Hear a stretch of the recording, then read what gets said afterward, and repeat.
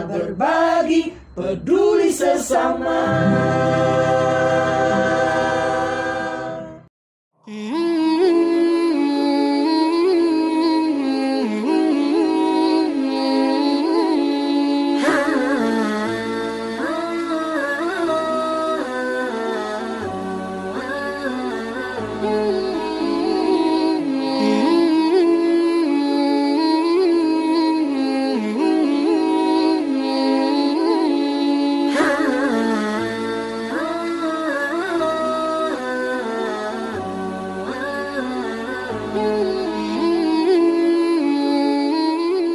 Assalamualaikum warahmatullahi wabarakatuh.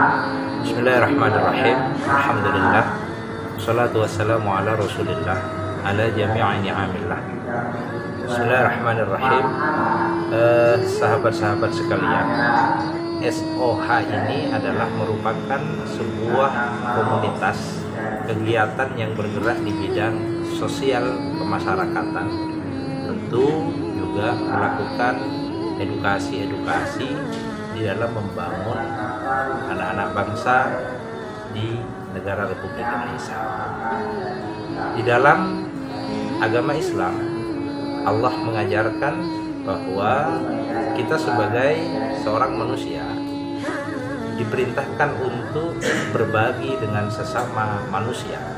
Dalam persoalan berbagi, tidak kemudian di kotak-kotak antara muslim dan non-muslim. Allah ajarkan di dalam Al-Quran bahwa kita harus membagi sebagian rizki yang telah Allah titipkan kepada kita.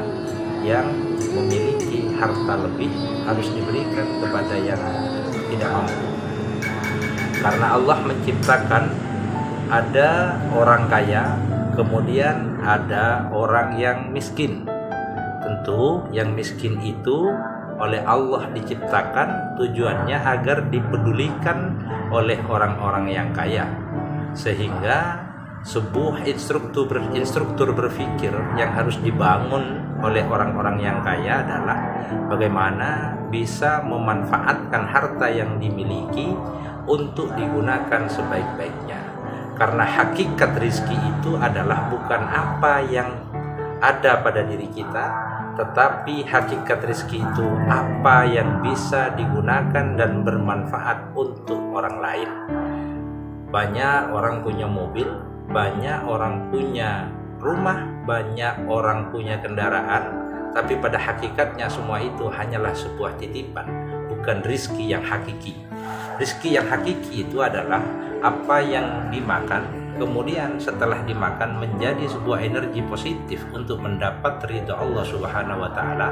Yang kedua adalah rezeki yang hakiki itu adalah apa yang digunakan dan kemudian diberikan kepada orang yang tidak mampu sebagai seorang sosial. SOH ini saat ini sudah banyak melakukan kegiatan-kegiatan sosial di komunitas masyarakat, baik itu muslim maupun non-muslim, sehingga SOH ini tidak pernah mengkotak-kotakan hanya untuk orang non-muslim atau hanya untuk orang muslim. SOH ini melihat manusia sebagai makhluk Allah yang memiliki status sama, yaitu statusnya ciptaan Allah. Yang namanya ciptaan Allah tentu memiliki status yang sama, yang harus dibangun kepedulian, harus dibangun kebersamaan. SOH ini memiliki kesamaan berpikir dengan rakyat Indonesia di tahun 45 ke belakang. Di mana tahun 45 ke belakang, orang-orang Indonesia banyak berpikir apa yang bisa kita berikan untuk bangsa. Tetapi saat ini sudah berubah. Banyak sekali perubahan-perubahan, sehingga saat ini banyak orang berpikir apa yang bisa saya dapatkan dari bangsa ini. Kira-kira SOH ini adalah sebuah lembaga yang masih melestarikan pemikiran-pemikiran masyarakat atau tokoh-tokoh agama baik muslim maupun non-muslim di tahun 45 sebelumnya, di mana mereka mencita-citakan untuk kemerdekaan Republik Indonesia. Indonesia ini adalah sebuah negara yang dibangun bukan hanya oleh umat Islam, tapi dibangun kebersamaan di antar berbagai agama yang ada di Indonesia, baik itu Islam, Kristen, Buddha, dan yang lainnya. Tentu karena dibangun bersama, maka negara ini menjadi rumah kita bersama. Tentunya kalau ini rumah bersama, maka siapapun yang ada di dalam kamar di rumah kita itu pada hakikatnya adalah saudara sebangsa dan senegara. Urusan berbeda agama itu adalah keyakinan masing-masing. Yang yakin dengan agama Kristen maka harus taat beribadah sesuai dengan ajaran agamanya. Yang yakin dengan Islam maka harus melaksanakan ibadah sesuai dengan keyakinan agamanya. Yang Buddha juga harus melakukan keyakinan ibadah dengan keyakinan agamanya. Tidak boleh urusan agama kemudian dicampur adukkan, karena urusan agama adalah urusan privat, tetapi urusan sosial adalah urusan kebangsaan dan kenegaraan. Oleh karena itu, maka di dalam Pancasila, sila ketiga disebutkan persatuan Indonesia. Indonesia ini harus bersatu, tentu bersatunya sebuah rakyat Indonesia yang kaya peduli kepada yang miskin menghargai yang kaya, terus dibangun jiwa sosial seperti itu, maka insya Allah negara ini akan menjadi negara yang makmur. Kita tahu pada saat ini negara kita memiliki sebuah problematika yang cukup sangat mengkhawatirkan. Baik itu problem ekonomi, baik itu problem politik, baik itu problem pendidikan, baik itu problem kesejahteraan. Tentu dengan adanya SOH ini, di mana ekonomi negara kita yang saat ini sedang mengalami sebuah penyakit yang mengidapnya, maka SOH ini adalah salah satu lembaga yang ingin membangun ekonomi Indonesia ini supaya rakyat yang saat ini susah minimal kemudian bisa meringankan beban yang dibebannya. Karena ekonomi saat ini kita tahu bagaimana kondisi ekonomi rakyat Indonesia saat ini sungguh sangat mengkhawatirkan. Oleh karena itu, kita bersyukur ada SOH ini yang memiliki kepedulian tinggi kepada mereka yang tidak mampu, memiliki kepedulian tinggi kepada orang-orang janda, kepada anak-anak yatim, kepada kaum-kaum yang lemah. Maka ini merupakan tugas dan tanggung jawab teman-teman SOH sebagai seorang manusia, bukan sebagai seorang yang memiliki agama dalam sebuah agama. Allah di dalam surah Yasin menyampaikan, wa idza qila lahum anfiqu mimma razaqakumullah qala alladziina kafaru lil ladziina aamanu nut'imu man law yasha'u Allahu at'ama in antum illa fi dhalalin mubin. Allah berfirman, ya Muhammad, wahai Muhammad. Muhammad ini adalah seorang nabi yang diyakini oleh orang Islam. Dia sebagai nabinya, dia sebagai penghantar risalah-risalah Allah Subhanahu wa ta'ala. Allah sampaikan, Muhammad sampaikan kepada orang-orang yang kaya agar dia mengeluarkan sebagian rizkinya. Kalau bahasa keren sekarang adalah diinfakkan. Kalau bahasa keren sekarang disodakohkan. Infakkan atau sodakohkan sebagian rizki orang kaya itu kepada orang yang miskin. Sahabat sekalian, saat ini banyak sekali kita sebagai umat manusia merasa apa yang telah diberikan Allah itu milik kita, bukan titipan Allah. Maka di dalam ayat itu dipertegas oleh Allah, sampaikan sebagian rizkimu kepada orang-orang yang tidak mampu. Dulu pada zaman itu, di dalam ayat ini disebutkan bahwa orang-orang kafir Quraisy pada saat itu, orang-orang kafir Quraisy pada saat itu di Mekah mengatakan, Muhammad, kalau engkau kemudian memerintahkan sebagian rizkiku ini untuk diberikan kepada orang yang tidak mampu, kira-kira engkau tidak salah. Kenapa? Karena engkau katakan bahwa setiap manusia ini sudah memiliki jatah rizki masing-masing dari Allah. Tentu kalau aku kaya, itu adalah jatah rizkiku yang diberikan oleh Allah kepadaku. Tetapi kalau tetanggaku miskin, maka dia memang sudah jatah rizkinya yang kemudian sedikit. Kalau aku memberikan sebagian rizkiku kepada mereka yang miskin, apakah aku tidak menyalahi ketentuan Allah? Kayaknya engkau sekarang Muhammad sedang sesat karena menyuruhku untuk mensodakohkan atau menginfakkan sebagian rizkiku kepada orang yang miskin. Argumentasi itu dimiliki oleh orang-orang kafir Quraisy zaman dulu. Maka kemudian saat ini SOH ini tidak ingin pemikiran-pemikiran orang kafir Quraisy itu kemudian menjadi tradisi sampai sekarang. Maka orang-orang SOH ini, teman-teman SOH ini berpikirnya bahwa sesuai dengan konteks dalam Islam, bahwa di dalam Islam berbagi itu memang sangat diajarkan, berbagi itu sangat dianjurkan, berbagi itu merupakan perilaku yang baik.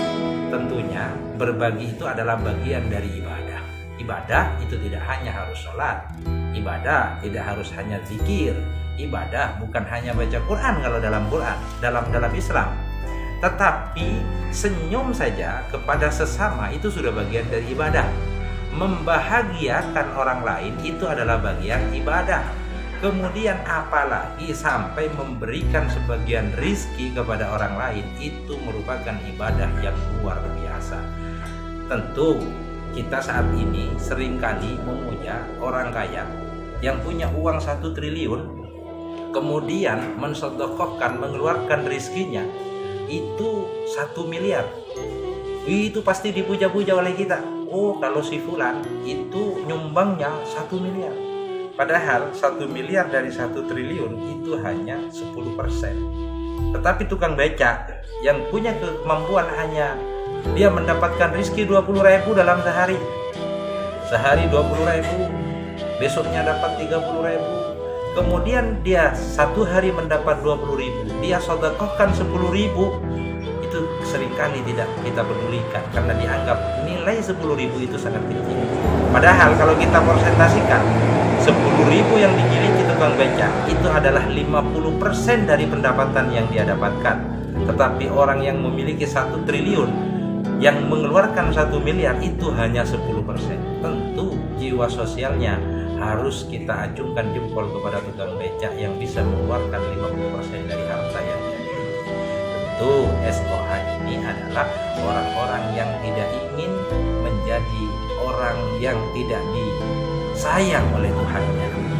Orang-orang SOH ini adalah orang-orang yang memiliki kesamaan visi dan misi, baik yang muslim maupun yang non muslim.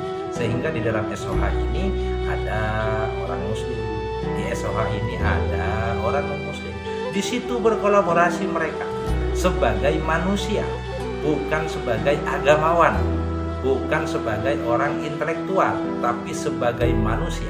Maka penting kita untuk membangun kemanusiaan ini, karena hakikat hidup ini adalah menjadi insan yang memiliki kepedulian kepada sesama manusia. Sebagaimana Allah firmankan di dalam Quran, salah satu tugas manusia untuk hadir ke dunia adalah bagaimana mengendalikan dunia, bukan dikendalikan dunia. Kira-kira orang yang berbagi dengan sesama itu bukanlah orang yang dikendalikan dunia, tetapi orang yang kikir, orang yang pelit, orang yang tidak mau berbagi, orang yang bakhil kalau dalam bahasa Quran, itu bukan orang yang tidak mau berbagi. Tentu dia bukan orang yang memang menjalankan sebagaimana diperintahkan oleh Allah. Berbagi dengan sesama itu adalah perilaku yang dipuja, perilaku yang dipuji oleh Allah Subhanahu wa ta'ala. Mungkin itu saja yang bisa saya sampaikan. Mudah-mudahan bermanfaat. Kesimpulan yang ingin saya sampaikan, yang pertama, marilah kita menjadi anak bangsa, jangan menjadi manusia individualisme. Jadilah manusia yang memiliki sifat sosial yang tinggi. Karena kita hidup di dunia memang di satu sisi sebagai makhluk individu, di sisi lain sebagai makhluk sosial. Beragama adalah persoalan privat, tapi berbagi adalah persoalan sosial. Maka kedua-duanya harus kita lakukan. Sebagai makhluk individu, maka bangun hubungan kita dengan Allah Subhanahu wa ta'ala sebagai hal privat. Sebagai makhluk sosial, maka bangun kebersamaan, berbagi dengan sesama, bangun infak dengan sesama. Maka insya Allah itu akan menjadi perilaku yang dipuja dan dipuji oleh Allah. Tentu itu akan menjadikan negara kita negara yang berkeadilan bagi Allah. Yang kedua, mari bersama-sama kita bantu, kita dukung orang-orang yang kaya, orang-orang yang banyak duitnya. Ayo kita bantu SOH ini, kita bantu salurkan dana kita kepada lembaga yang tepat. Karena saat ini banyak sekali lembaga-lembaga sosial, tapi ternyata lembaga itu tidak tepat sasaran. Bahkan lembaga-lembaga sosial yang banyak itu kemudian banyak yang menyalahgunakan dananya. Di SOH ini dana yang disalurkan tidak akan pernah disalahgunakan. karena memang SOH ini adalah lembaga yang saat ini aktif dan terus kreatif dalam mencari orang-orang yang tidak mampu, janda-janda miskin, anak-anak yatim untuk mereka salurkan. Itu mungkin kesimpulan yang bisa saya sampaikan. Mudah-mudahan ada hikmah dan manfaatnya. Assalamualaikum warahmatullahi wabarakatuh.